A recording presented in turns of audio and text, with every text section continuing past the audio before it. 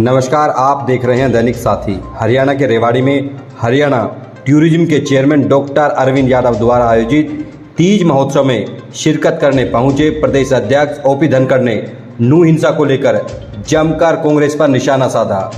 पूर्व मुख्यमंत्री भूपेंद्र सिंह हुड्डा द्वारा न्यायिक जांच की मांग के सवाल पर धनखड़ ने कहा कि नू हिंसा में कांग्रेस व आम आदमी पार्टी की संलिप्तता साफ हो चुकी है। दोनों पार्टी की विभाजनकारी मानसिकता के चलते ऐसे हालात बने। मेवात में बीजेपी की बढ़ती लोकप्रियता के चलते कांग्रेस बौखलाई हुई है। इसी के चलते षड्यंत्र रचा गया। अब आपको दिखाते हैं किस तरह से एक के बाद एक कांग्रेस पर हमलावर नजर आए भाजपा प्रदेश अध्यक्ष ओपी धनखड़। सभी प्रदेशवासियों को तीज के पावन पर्व की बधाई देता हूं। भारत की जो संस्कृति है उसमें त्योहारों का बहुत महत्व है। हम रिश्तों में जीते हैं और त्योहारों में उसका आनंद मनाते हैं और इसी के कारण से भारत की संस्कृति बहुत जीवंत है और यही महत्व त्योहारों का हमको आपस में कनेक्ट भी करता है। जहाँ हमारा आपसी रिश्तों को मजबूत करता है, उसके साथ साथ हमारे बहुत सारे पर्व ऐसे हैं जो पूरे भारत के साथ भी हमको कनेक्ट करते हैं और इसी संस्कृति के आधार पर भारत राष्ट्र, जिसको मैं कहूँगा, हम ये कहते हैं कि भारत का राष्ट्रवाद सांस्कृतिक राष्ट्रवाद है। कल्चर के आधार पर भारत राष्ट्र जो है वो विकसित हुआ है। इसलिए आज एक पावन पर्व उस प्रकार का है जो हमारी कल्चर से, हमारी माताओं बहनों के आनंद के पर्व से उस प्रकार से जुड़ा हुआ है। सभी को इस पावन पर्व की बधाई। रेवाड़ी में मैं इसी तीज के उत्सव पर सहभागी होने के लिए आया। पहली बार इस तरह से पर्व मनाया गया सरकार की ओर से तीज उत्सव, ताकि सांस्कृतिक और पारंपरिक जो भावनाएं बढ़ी। कहीं ना कहीं विपक्ष भी आरोप लगाता है कि किस तरह जयंती सरकार बनाती है ताकि लोगों को याद किया जा सके, उनको आचरण किया। क्या कहेंगे? देखिए, ये तो हर साल मनता है। आज भी राजभवन में मन रहा है। मुख्यमंत्री जी भी एक स्थान पर उपस्थित हुए हैं, तो उस नाते से ये तो वार्षिक उत्सव है हरियाणा का, ये हर बार बनता है। ये ठीक है कि भी अलग अलग स्थानों पर कई बार बड़े समारोह पूर्वक मनाना, वो एक इसमें प्लस हुआ है और उसके लिए आज रेवाड़ी में भी है, पानीपत में भी था, राजभवन में भी है, तो ये उसमें जुड़ा है, कुछ ना कुछ अतिरिक्त रूप से बढ़ा है। और विपक्ष को तो कोई ना कोई बात अपनी कहनी ही होती है, तो इसलिए उस बात को इस नाते से कोई जब उस बात में कोई दम नहीं हो, कोई उसमें से मुद्दा नहीं बनता हो, तो बहुत कुछ कहने की मुझे लगता है कि उस पर हर बात पर प्रतिक्रिया देने की आवश्यकता नहीं है। सर, अगले साल चुनाव में जाना है, बीजेपी कितनी तैयार है और कितना टारगेट करके चल रही है, क्योंकि विपक्ष लगातार कह रहा है कि वो सत्ता में आ रहे हैं? देखिए, गलतफहमी तो किसी को भी हो सकती है। जिनकी अपनी स्टेट बॉडी नहीं बनी है, जिला बॉडी नहीं बनी है, विधानसभा स्तर पर नहीं बने हैं, और हम 56 विधानसभाओं में मेरे पन्ना प्रमुख सम्मेलन हो गए हैं। कल 2 हैं, एक नीलोखेड़ी विधानसभा का, एक नारनौल विधानसभा का, मैं दोनों में जाने वाला हूँ। 21 तारीख को एक और है और सितंबर तक हम पूरे 90 पूरे करेंगे। और एक हर पन्ने पर 15-20 कार्यकर्ताओं की टोली तैयार करना, 15 घर संभालने वाला एक कार्यकर्ता बनाना। बीजेपी ने मैं कहूँगा कि हमारे कार्यकर्ताओं ने बड़ा करिश्मा किया, बहुत मेहनत की है। बड़े परिश्रम और पुरुषार्थ के बिना ये संभव नहीं होता है, तो बड़ी मेहनत के साथ काम किया है। तो हमारा जो चुनाव में जाने की तैयारी है वो त्रिवेणी के आधार पर है। पहला है मैक्रो लेवल पर भारत मजबूत होना, भारत की अर्थव्यवस्था मजबूत हुई, भारत की सैन्य शक्ति मजबूत हुई, भारत का इंफ्रास्ट्रक्चर मजबूत हुआ, make in India, made in India में भारत बढ़ा, भारत का दुनिया में सम्मान बढ़ा।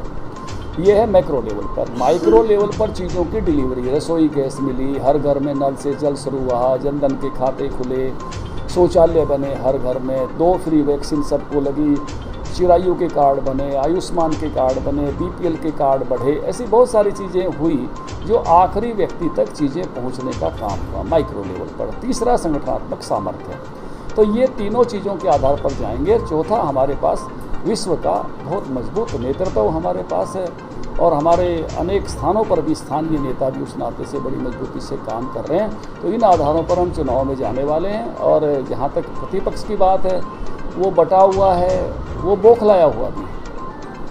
अभी आपने कांग्रेस के राष्ट्रीय स्तर के प्रवक्ता के जैसे बयानात देखे, जनता जनार्दन में राक्षसी प्रवृत्तियाँ खोज रहे हैं।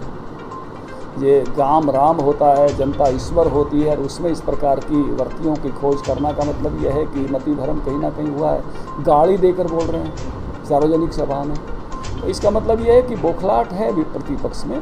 और मुझे लगता है कि प्रतिपक्ष का कोई रास्ता इस प्रकार का 2024 में बनने वाला है। भारतीय जनता पार्टी फिर से 10 की 10 लोकसभा जीतेगी और तीसरी बार हरियाणा में सरकार बनाएगी। सर, लोकतंत्र में जिस तरह से मतदाताओं को एक राक्षस बनाएंगे, लेकिन अपमान नहीं है इतने करोड़ लोगों का जितने मतदाता है। नहीं, निश्चित रूप से देखिए, जनता को मैं सदा से ईश्वर का रूप देखा गया है, और आम शब्दावली में भी जनता जनार्दन है, गाम राम है। और इस प्रकार की भावा व्यक्ति भी आपको जींद में नहीं जिताया, आपको कैथल में नहीं जिताया, तो आप ये कहने लग जाओ अरे जिताया भी तो इसी जनता ने था। जनता को जिस समय जैसा प्रतिनिधित्व चाहिए, जैसा प्रतिनिधि चुनती है। मेरा ये मानना है कि इस अपने भारतीय इतिहास में पहले प्रतिनिधि भरत थे। राम का शासन राम ने जब चित्रकूट में वापस लिया भरत से, क्योंकि पिता के आदेश से भरत को मिल गया था, भरत ने कहा मैं स्वीकार नहीं करूँगा। तो राम ने जब ये फैसला हुआ कि भी राम जो तय करे वही होगा, तो राम ने पहला वाक्य कहा कि भरत मैं अपना राज्य वापस लेता हूँ, स्वीकार करता हूँ कि राज्य मेरा। दूसरा वाक्य कहा कि भरत मेरे प्रतिनिधि के रूप में, ये प्रतिनिधि शब्द पहली बार वहाँ आया है, आप 14 वर्ष तक जाकर अयोध्या का शासन संभालो, मैं लौट कर अपना शासन वापस ले लूँगा। आज का राम कौन है? जनता है। आज का भरत कौन है? जनप्रतिनिधि है।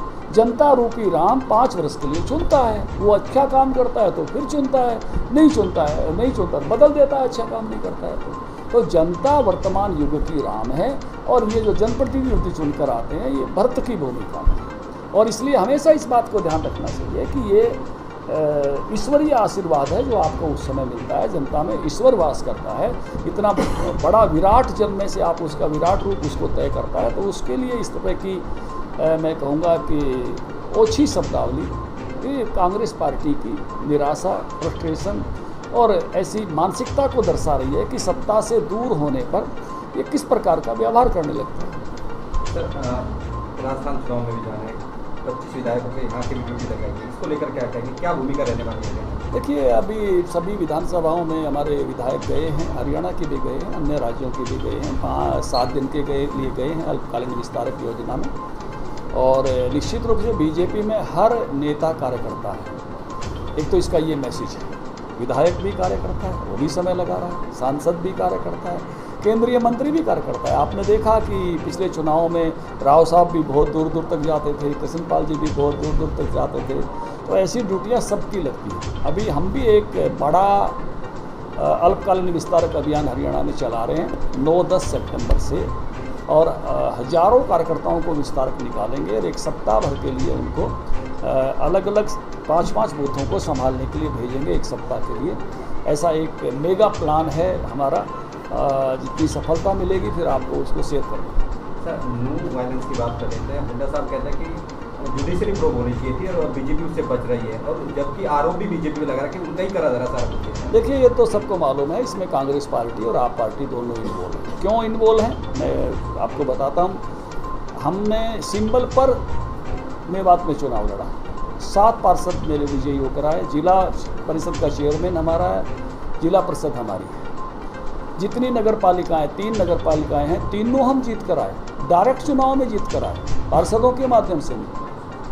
बहुत बड़ी संख्या में मेवात के मुस्लिम भाइयों ने भी हमको वोट किया।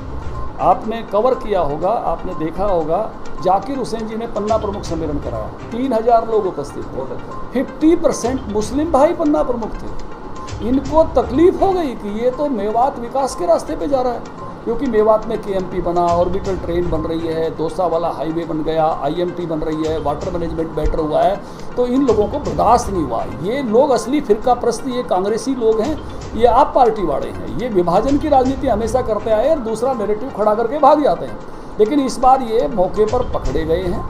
विधानसभा से लेकर वहाँ तक के सब इनको वीडियोज़ हैं, और ये सब इनका किया धरा हुआ है षड्यंत्र पूर्वक, क्योंकि मेवात में से इनकी ज़मीन खिसक रही थी।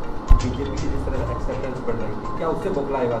निश्चित रूप से मैं बता रहा हूँ आपको, मैं आंकड़े बता रहा हूँ आपके सामने। मेरे आंकड़े गलत हो तो आप काट सकते हैं। इसलिए बीजेपी जिस प्रकार से मेवात में बढ़ती जा रही थी, इस बार तीनों सीटों पर बीजेपी के लिए लोग मन बना रहे थे, मूड बना रहे थे। कांग्रेस का मासूपड़ा साफ होने वाला था, इसलिए कांग्रेसियों ने इस प्रकार का षड्यंत्र करके ये सब किया। लगी है, पुलिस प्रशासन ढूंढ रहा है, असली लोगों को ढूंढकर जो है ना वहाँ इसकी सख्त कार्रवाई होगी ऐसे सब अपराधियों पर। और हम चाहते हैं कि वहाँ लोग भाईचारा बना के रखना चाहते हैं, वहाँ की शांति चाहते हैं, भाईचारे से लोग हमेशा रहे।